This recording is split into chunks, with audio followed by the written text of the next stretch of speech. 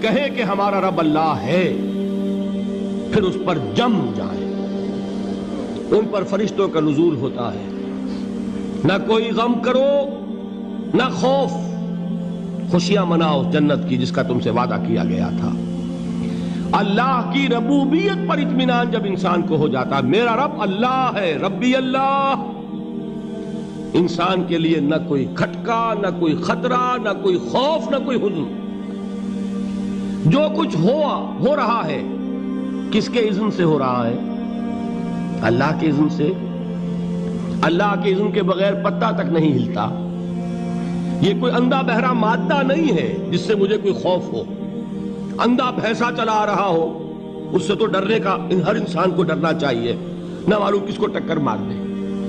لیکن نہیں، اس کائنات کو چلانے والا ایک سمیع و بصیر خدا ہے، وہ جو میرا دوست ہے، میرا ولی ہے۔ اللہ ولی الذین آمنوا یخرجہم من الظلمات الی النور۔ اللہ اہل ایمان کا ولی ہے، ساتھی ہے، پشت پناہ ہے، مددگار ہے، حمایتی ہے۔ بتائیے جسے یقین ہو جائے کہ اللہ میرا مددگار، اللہ میرا محافظ، اللہ میرا پشت پناہ، اللہ میرا حمایتی، اس کے لیے کوئی خوف ہوگا؟ اس سے کوئی ڈر ہوگا؟ میں مثال دیا کرتا ہوں ایک بہت سادہ پنجاب کے دیہات کی۔ وہ بڑا چودھری ہے اور کوئی غریب کسان ہے۔ اس غریب کسان کے جانوروں کو ہر وقت اندیشہ ہوگا چوری کا، کوئی میری بھینس کھول کر نہ لے جائے، کوئی میرا بیل کھول کر نہ لے جائے۔ لیکن جس کے بارے میں یہ سب کو معلوم ہو کہ وہ جو بڑا چودھری ہے وہ اس کا دوست ہے، اس کی بچیا کو کوئی خوف ہوگا؟ اس کی بھینس پر کوئی ہاتھ ڈالے گا؟ اسے کوئی اندیشہ ہوگا؟ نہیں۔ کیوں؟ کہ وہ بڑا چودھری، بڑا اس کا یہاں کا سردار، جاگیردار، سب کو معلوم ہے وہ میرا دوست ہے، کوئی میرے خلاف اقدام نہیں کر سکتا۔ اس دنیا میں یہ چھوٹی سی بات اگر آپ کے دلی اطمینان اور سکون کا باعث بن سکتی ہے تو ذرا تصور کیجئے۔ میں لفظ تصور استعمال کروں گا صرف اس لیے کہ اس کا ہم جس کو کہتے ہیں ادراک اور شعور کر نہیں سکتے، اگر کے ساتھ کر سکتے۔ اگر یقین ہو کہ اللہ میرا مددگار اور یقین ہو کہ اللہ ہر آن میرے ساتھ ہے، پھر کوئی خوف؟ کس کا خوف؟ کوئی شے اللہ سے بالا تر ہے؟ کوئی قوت اس سے زیادہ طاقتور ہے؟ کوئی اس کے ارادے کو بدلنے والا ہے؟ کوئی اس کی مشیت کے آڑے آنے والا ہے؟ یہی بات ہے جو حضور نے فرمائی۔ یہ ایمان کا حاصل ہے لب لباب، کہ دیکھو اچھی طرح اس بات کو ذہن نشین کر لو، اگر تمام انسان مل کر تمہیں کوئی نقصان پہنچانا چاہے نہیں پہنچا سکتے، مگر جو کچھ اللہ نے لکھ دیا ہو، اور تمام انسان مل کر تمہیں کوئی نفع پہنچانا چاہیں نہیں پہنچا سکتے، مگر وہ شے جو اللہ نے طے کر دی۔ آپ پھر میں کہوں گا ذرا طاری کیجئے، اسے فرض کیجئے، اسے سوچئے۔ اگر اس حدیث پر ہمارا دل ٹھکا ہوا ہو تو کسی سے ڈر ہوگا؟ یہ مجھے نقصان نہ پہنچا دے، یہ میری رپورٹ خراب نہ کر دے، یہ میری انکریمنٹ نہ رکوا دے، یہ میرا یہ نہ بگاڑ دے، یہ میرے یہ نقصان نہ پہنچا دے۔ اس کا ڈر، اس کا ڈر، اس کا خوف، اس کی خوشامد، اس کے لیے جا کر طرح طرح سے اپنی عزت نفس کو ذلیل کروانا اس کے سامنے، یہ سب کچھ کیوں کرتا ہے انسان؟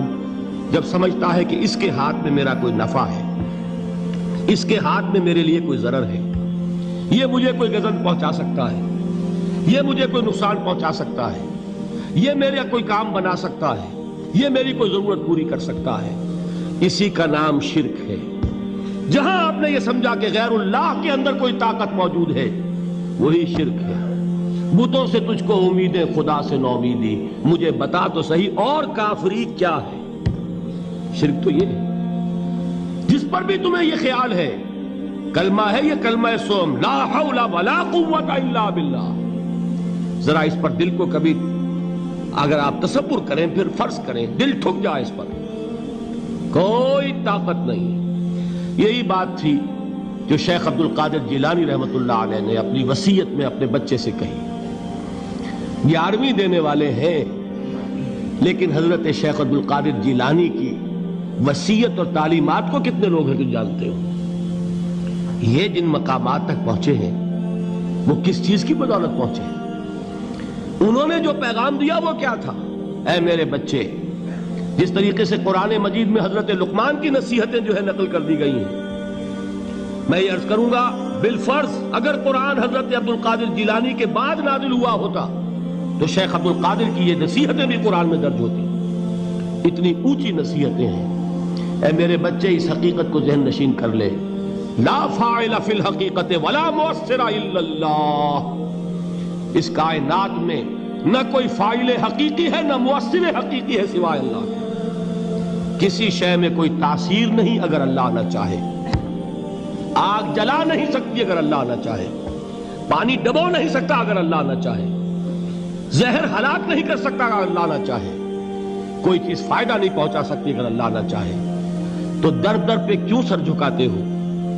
در در پر کیوں جبیں سائی کرتے ہو؟ سب کے سامنے کیوں ہاتھ پھیلاتے ہو؟ ایک اللہ سے مانگو. ایک اللہ کے سامنے زمین پر اپنی جبین رکھو. لا فاعل فی الحقیقت ولا مؤثر الا اللہ. نظر آتا ہے ہمیں کہ پانی پیاس بجھا دیتا ہے. پیاس بجھانے کی صلاحیت پانی میں نہیں ہے، اللہ کے اذن سے. کھانا بھوک مٹا دیتا ہے، بھوک مٹانے کی صلاحیت کھانے میں نہیں ہے، اذن رب میں. دیکھیے یہی یقین تھا. حضرت موسیٰ علیہ السلام کا واقعہ یاد کیجئے. سامنے سمندر آ گیا ہے، قوم دیکھتی ہے پیچھے کہ گرد و غبار کا طوفان ہے. معلوم ہوا کہ فرعون اپنے لشکر سمیت آ گیا ہے. لشکر جب چلتا تھا تیز رفتاری کے ساتھ تو گرد و غبار کا جو طوفان اٹھتا تھا اس کا تصور کیجئے. اور لمحہ بلمحہ وہ قریب آ رہا ہے. پوری قوم نے کیا کہا ہے؟ اے موسیٰ انا لمدرکون. اے موسیٰ ہم کو پکڑے گئے. قرآن مجید نے تو یہاں وہ باتیں نہیں لکھی ہے، لیکن تورات میں یہ درج ہے کہ بنی اسرائیل جھگڑنے لگے، دست و گریبان ہو گئے موسیٰ کے ساتھ. موسیٰ ہمیں یہاں مروایا لا کر، اس سے تو ہم ہی بہتر تھے. وہاں کھانے کو ملتا تھا، زندگی تو تھی، بیگار ہم کر رہے تھے، موت تو نہیں تھی. اب جو کچھ ہوگا اس کا تصور کرو، جس طریقے سے ہمارے ٹکڑے اڑائے جائیں گے. تو لڑ رہے ہیں حضرت موسیٰ علیہ السلام سے. یہ تورات کی تفصیل ہے. قرآن میں صرف اتنا آیا ہے، پریشان ہو کر انہوں نے کہا انا لمدرکون. موسیٰ ہم تو پکڑے گئے. اس وقت موسیٰ کا جواب کیا ہے؟ کلا ان معی ربی سیہدین. نہیں، میرے ساتھ میرا رب ہے، وہ راستہ دے گا. بتائیے کہاں راستہ نظر آ رہا ہے؟ یہ ہے ایمان بالغیب. راستہ نظر نہ آئے تب اللہ پر یقین ایمان ہے. جیب میں پیسے ہوں اور تب دل کو اطمینان ہے تو ایمان کس پر ہوا؟ پیسے پر، اللہ پر نہیں. جب وسائل و ذرائع نہ ہو اور پھر یقین ہو کہ اللہ مسبب الاسباب ہے، وہ اسباب کا پابند نہیں ہے، وہ اسباب کا محتاج نہیں ہے، اسباب اس کے محتاج ہیں. اگر یہ یقین ہے تو اللہ پر ایمان ہے. یہ نہیں ہے تو تمہارا ایمان اسباب پر ہے، وسائل پر ہے، ذرائع پر ہے، مادیات پر ہے، اللہ پر نہیں. اس وقت کہاں راستہ تھا؟ کوئی راستہ تھا؟ سمندر ہے اور ادھر سے لشکر آ گیا ہے. کلا ان معی ربی سیہدین. اب دیکھیے ایمان کہہ دینا آسان ہے، ہوا معکم اینما کنتم. جہاں کہیں بھی تم ہوتے ہو اللہ تمہارے ساتھ ہوتا ہے. لیکن اس کا یقین قائم ہو جائے تو زمین و آسمان کا فرق واقع ہو